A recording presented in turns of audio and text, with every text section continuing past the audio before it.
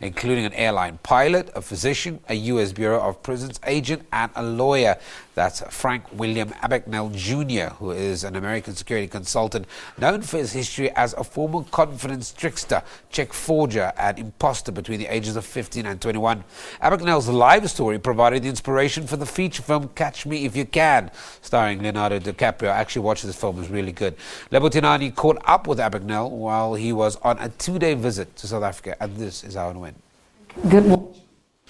Frank, good morning. Welcome to South Africa. Good morning. Thank you. Talk to us about the conference that you're attending and the role that you're going to play at the conference. This is a conference that Experian puts on around the world, so I've been to many cities around the world with Experian to help educate their businesses and consumers about fraud and things, all natures of fraud, from embezzlement to the internet and all types of phishing and all the kinds of scams that are going around the world. They're true believers, as I am myself, that education is an extremely powerful tool. So if you educate people and explain to them what their risks are and they understand their risks, they're more apt to go able to do things to help protect themselves from being victimized. But why did you feel the need to put it down in a book, in Catch Me If You Can? Why was it important for you to jot it down and write it somewhere? I was encouraged to write the book because I had been on a lot of national television shows to talk about fraud, and everyone said you ought to write about your earlier career. I never dreamed that Catch Me If You Can would become a best-selling book. It sold more than 3 million copies. It's never been out of print. Became a movie, became a Broadway musical, became a popular television show. Those things I never dreamed would happen, but in a way that's good because I tend to be able to get people to listen because I am who I am. Yeah. I think if I did get up and say, I'm just an FBI agent or I'm just someone in the security business, they wouldn't listen to really what I say. But because they think, well, this guy's been there, he's done it, and this is what he does today, I think I get a lot more people to come out and hear me, and a lot more people to take my message to heart and go back and do something about it. And you could have easily chosen 2 routes out of prison. You could have chosen to, I would still go straight to narrow, or I'd go back to that life. What is it that you think you did, or that moment that you said, what, actually, let me just... Now, to be honest with that, it was a great opportunity when the government took me out of prison, but I was young, 26 years old. I don't know that I was really convinced. I didn't see the light, prison didn't rehabilitate me, so I wasn't really convinced mentally that I'm going to go straight. I just saw that as, well, here's an opportunity to get out of prison. But then I met my wife on an undercover assignment. I'd been married for 39 years. Yeah. I had 3 sons. She gave me a beautiful family. She really changed my life.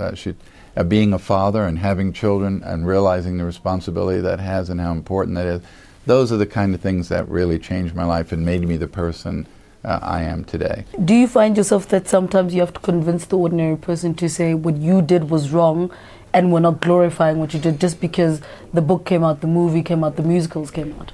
Yeah, I think when people hear me speak about my life, they understand that I know they're interested in all those things, so I always start off my talk by talking about what I did, but I try to bring them full circle, just like my life has been, to what changed my life and what's important in life. And one of the biggest things I emphasize in my speeches is the importance of bringing ethics and character back into our homes, back into our schools, back into our universities, and back into the workplace.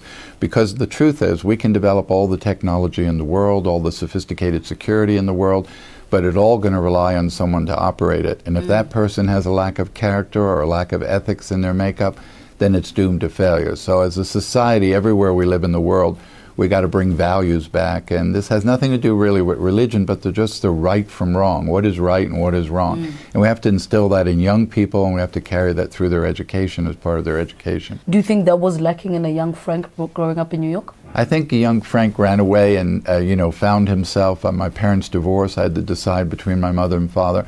Ended up in the streets of New York. A lot of young kids ran away in the 60s, but they got into being hippies and Haight-Ashbury and the drug scene. So it was more started out with me as survival, and then it started out as an adventure, and then people were chasing me and how do I stay ahead of them. But I truly believe this, everything comes back to how you were raised. And I think my parents raised me well. I was raised in a Catholic school. My parents taught me to believe in God and taught me right from wrong. So they gave me all the tools I needed. What I did is, like a lot of people, I went down a road and I chose the wrong path, but I had that rope that my parents gave me to reach out and grab that rope and pull me back on the right path.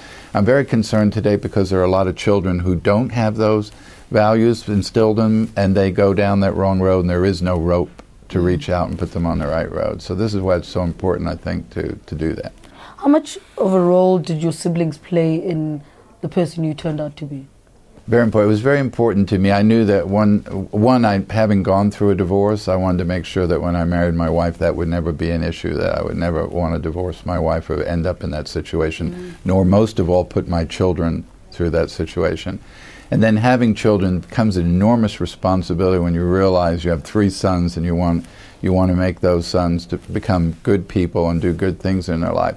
I think the proudest moment and unbelievable till this day to me is that my oldest boy is an FBI agent. I mean, this is a very amazing thing. In the United States, 1 person in every 10,000 applicants becomes an FBI agent, and to have my son become an FBI agent was just an amazing thing to me to be, and probably one of the proudest moments of my life. Is he a better agent than you? He's better than me. He's getting to be better than me. He's learned a lot from his dad. Yeah. What for you have been the highlights of your life so far? You look at it here, you sit there and you look at it now and you think, okay. You know, a lot of people are fascinated by what I did between the ages of 16 and 21, but at 67 years old and I look back on my life, what I'm most amazed about is that, yes, I did those things, but then I went to prison, served my time, then I came out of prison and I was able to serve my country for 40 years. I've been able to go around the world and help companies and businesses and consumers all over the world deal with a very serious problem of fraud and to educate a lot of people. I'm most proud of all the achievements that have happened over the 40 years. I know that most people only know me from the movie. They don't really realize what I've done with my life.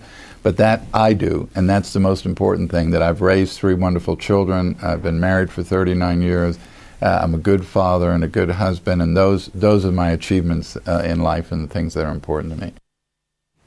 Great interview Lebo had with Frank Abagnale. I actually remember that movie. You've got to watch it. It's really, really good. It's funny that he says he's only remembered for one thing in his life. Huh? Yeah, and he's trying to, it doesn't matter what work he's done, he's always being remembered as that guy. It doesn't matter what he does.